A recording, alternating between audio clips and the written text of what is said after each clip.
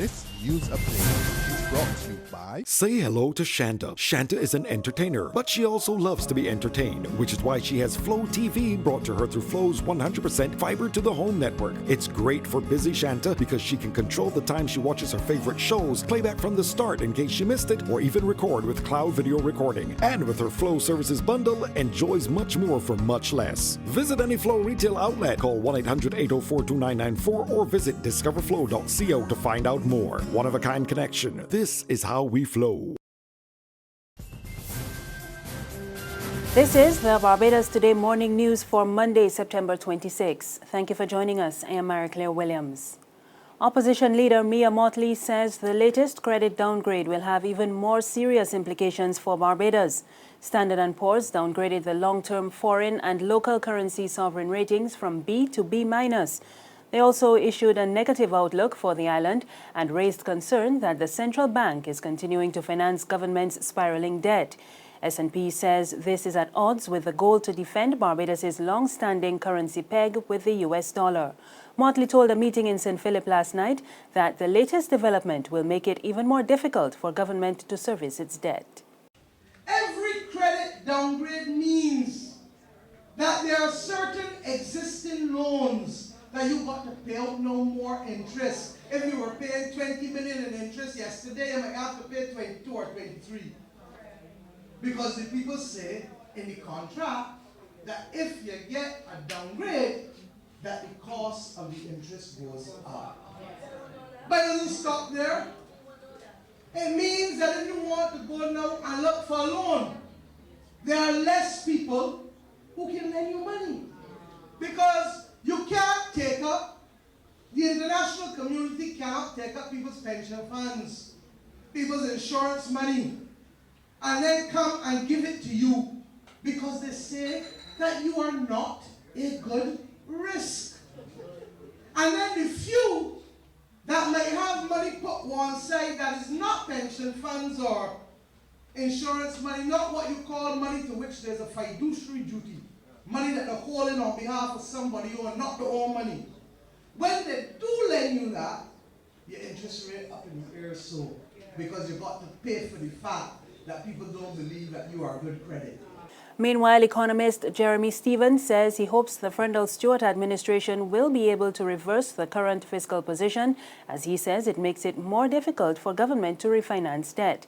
The president of the Barbados Economic Society says the downgrade was inevitable given the high debt situation. It would be noteworthy at this time to recognize that the likelihood of interest rates being held internationally or being held down internationally because of actions by the American Federal Reserve, interest rates should be expected to rise within the near future. This has been postponed, and it's by the grace of Providence that we haven't necessarily been negatively impacted by global interest rates trending upwards, which would mean that not only sovereign or external debt may become more expensive in the future, but considering that most of our banks are foreign owned and the central bank has liberalized to a degree the market for loanable funds, that is commercial banks set their own interest rates in a sense now, even more so than given the foreign nature of these banks,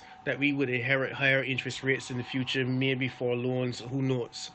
And while not addressing the issue of the downgrade directly, Finance Minister Chris Sinckler says Barbados needs to look at the economy not through pessimistic lenses, but to see the situation as a glass half full, not half empty. Sinckler was addressing the 50th anniversary celebrations of the BET Credit Union on the weekend. Barbados has done remarkably well in the last 50 years.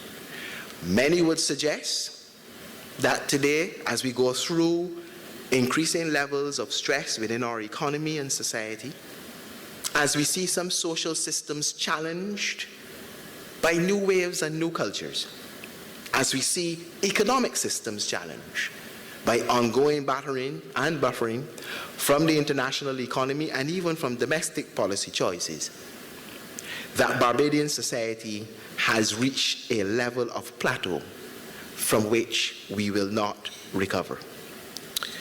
I do not share this view. However, I believe that the Barbadian society is repositioning itself for a new platform on which we will launch a higher level of existence with better quality lives and higher standards of living. In other news this morning, the president of the BET Credit Union, Michael Aline, is calling for credit unions to be a part of the social partnership. Aline told the institution's 50th anniversary celebrations that given the level of their contribution to the economy, credit unions should have a full place at the discussion table. The credit union movement boasts of a membership base of 171,000 members, more than half of our nation's population, and over 1.8 billion in total assets. The movement has played and continues to play its role in the socio-economic development of our nation. It has never shied away from its corporate responsibility and, as a matter of fact, stood the test of time during every economic crisis that has befallen us. We came up with creative ways to support our membership to maintain their quality of life during those challenging times. It is therefore my view that the movement needs to be more properly invited to the policy-making and decision processes that guide the direction of our beloved country. It should not be remembered or called upon for restorative medicine when the patient is on its back. A St. Philip mother and her 2-year-old daughter had a lucky escape yesterday after their vehicle overturned at the Welches section of the Ronald Mapp Highway. Jacqueline Brown McCollin lost control of her vehicle and struck a sidewalk before the vehicle overturned. She complained of pain to the shoulder, while her daughter complained of pain to her head and right arm. Paramedics treated them at the scene, but they chose to seek private medical attention. In sports, West Indies will be looking to salvage some pride when they meet Pakistan for the final T20 international tomorrow. The reigning world champions suffered a 16-run defeat on Saturday to surrender the 3-match series. Batting coach Toby Radford says the Caribbean side failed to adjust to conditions in Dubai. Clearly the game plan from Pakistan has been, as I say, to have slow wickets, bowl a lot of spin and have very big boundaries. The West Indies are known to be a big six-hitting and boundary-hitting side, normally play on slightly smaller pitches and quicker pitches and slightly smaller outfield. So, but it's up to us to find a way around that.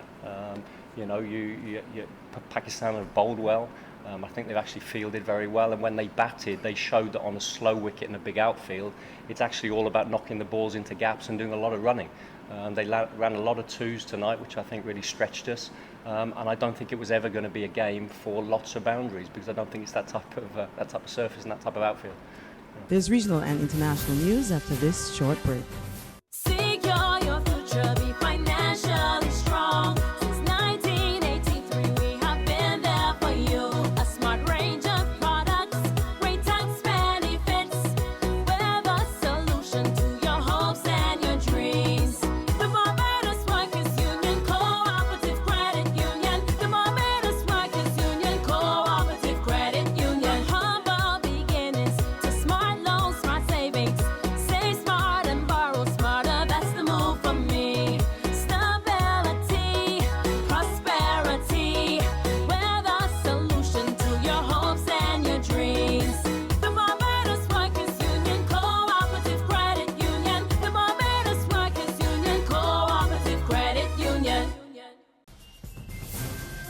We're back now with news from the region. Jamaica's Culture Minister Olivia Babsy Grange is welcoming a petition to the U.S. President to pardon the national hero Marcus Garvey of wrongful conviction. Garvey was convicted of mail fraud in 1923, but Grange says the government of Jamaica believes the trial and conviction were meant to tarnish Garvey's image and diminish his global movement. She said that on several occasions the government in Kingston has attempted at the highest level to clear Garvey from as far back as 1987. But Grange says she believes this petition, which is being led by U.S. citizens, will be successful. And on the international scene, the U.S. ambassador to the United Nations is accusing Russia of barbarism over the bombing of the Syrian city of Aleppo. Samantha Power told an emergency meeting of the UN Security Council that Russia told the Council outright lies about its conduct in Syria. She said Russia and the regime in Syria were laying waste to what is left of an iconic Middle Eastern city. When Russia is espousing fiction we have to call that out. What Russia is sponsoring and doing is not counterterrorism, it is barbarism. Let me conclude.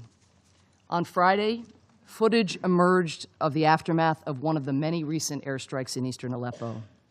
In the video, first responders dig through the rubble of what was once a building, throwing aside chunks of concrete. And then suddenly, one hears on the video the piercing scream of a child literally submerged in concrete and rubble. The first responders then began to dig more frantically until the head and blue and white shirt of the little girl emerges, a girl crying out in pain and in terror.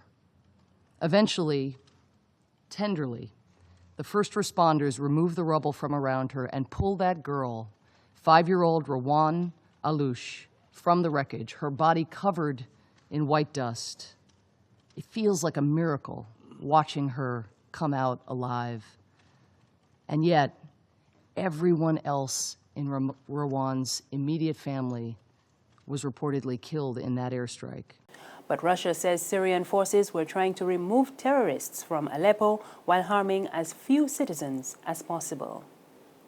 That's the news this morning. Remember, you can get more on our website, www.barbadostoday.bb. You can also subscribe to our e-paper, email updates, and like us on Facebook. We're on Izumi Media in bus terminals and Screenplay at supermarkets and gas stations near you. Or you can tune into Channel 99 on Flow TV or Mix 96.9 FM for more news and sports. I am Marie Claire Williams. Have a good morning.